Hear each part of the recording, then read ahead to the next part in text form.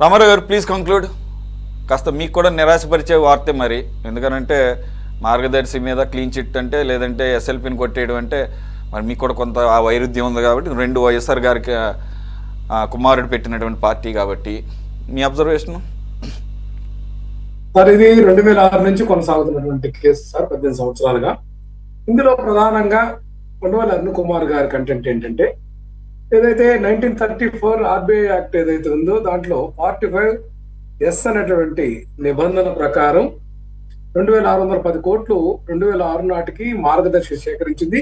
ఇది చట్టవిరుద్ధం అనేది ఆయన వాదన అయితే, మార్గదర్శి మేము హిందూ అన్డివైడెడ్ ఫ్యామిలీ కాన్సెప్ట్ లో మేము చేస్తున్నటువంటి వ్యాపారం కాబట్టి ఇది ఆ సూత్రానికి వర్తించదు. ఏదైతే అన్ని ఇన్కార్పొరేటెడ్ ఇండివిజువల్స్ నుంచి మేము సేకరించేటటువంటి ఆ యొక్క నిబంధన దానికి వర్తించదు అనేటువంటిది ఛాలెంజ్ చేయడం జరిగింది. దీని మీద హైకోర్టులో కానీ జరిగినాయి, అట్లా క్రిమినల్ కేసులు కూడా జరిగినాయి.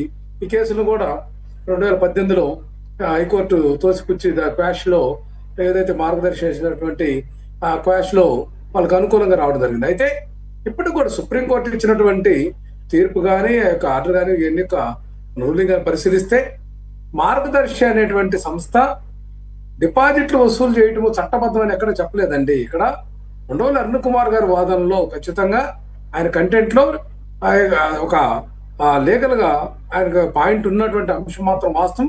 అయితే ఇక్కడ మార్గదర్శి అనేటువంటి సంస్థ ఎక్కడ బయటపడుతుందంటే, 2598 కోట్లు ఏదైతే 2018 నాటికి మరలా కూడా మెచ్యూర్ అయినటువంటి అమౌంట్ ని డిపాజిటర్స్ కి రీపేమెంట్ ఏదైతే ఇచ్చిందో అక్కడ సేఫ్ చేయడం తప్ప, ఇక్కడ రూల్ ఆఫ్ యాక్షన్ లో చూస్తే ఖచ్చితంగా అబ్జెక్షనబుల్ అనేటువంటి అంశం ప్రతి ఒక్కరికి అర్థమవుతుంది. ఇది మేధావులకు కానీ న్యాయ కోవిదులకు కానీ అందరికి అర్థమైనటువంటి సమస్య.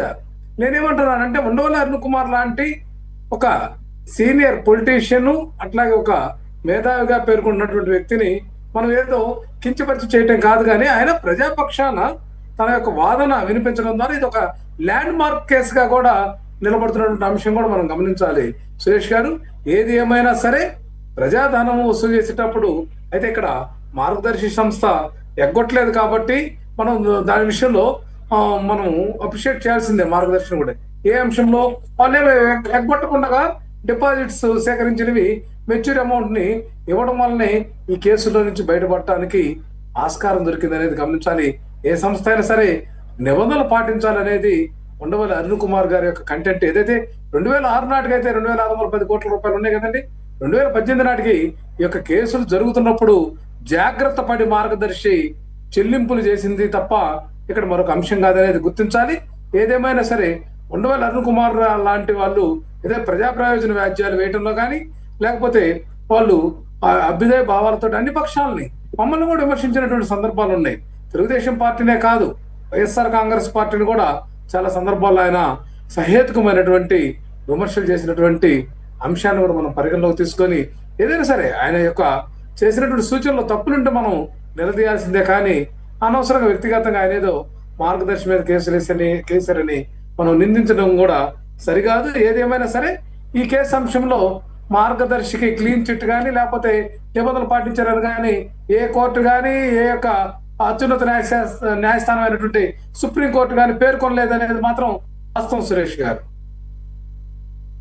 ఏదైతే ఇప్పుడు మనకు అక్కడ స్క్రీన్ మీద కనబడుతుందో నిప్పు లాంటిది మా నిజాయితీ అని స్వయాన రామోజీరావు గారు ఈ మార్గదర్శి మీద గందరగోళం సృష్టించే కార్యక్రమం జరుగుతున్నప్పుడు డిపాజిట్దారులు ప్యానిక్ అవ్వకూడదని చెప్పేసి సుదీర్ఘమైనటువంటి వివరణ ఇస్తూ లబ్ధిదారులందరికీ లేదా ఖాతాదారులందరికీ కూడా భరోసా కల్పిస్తూ ఆయన రాసినటువంటి స్వయంగా ఒక ప్రకటన రూపంలో రాసినటువంటి ఆ లేఖకు అనుగుణంగానే మార్గదర్శి ఇప్పుడు ఈ ఏదైతే సుప్రీంకోర్టులో ఫైనాన్షియర్స్ మీద ఉన్నటువంటి దాన్ని నిజాయితీ నిలుపుకుందని చెప్పేసి భావించవచ్చు ఆయన చెప్పిన మాటలని. Thank you very much for joining Ramarao garu, Venkateswarlu గారు, బాజీ గారు అండ్ అజయ్ గారు. ఇది వాళ్ళ టాప్ డిబేట్. మరో అంశంతో మళ్ళీ కలుద్దాం. State into city 24/7.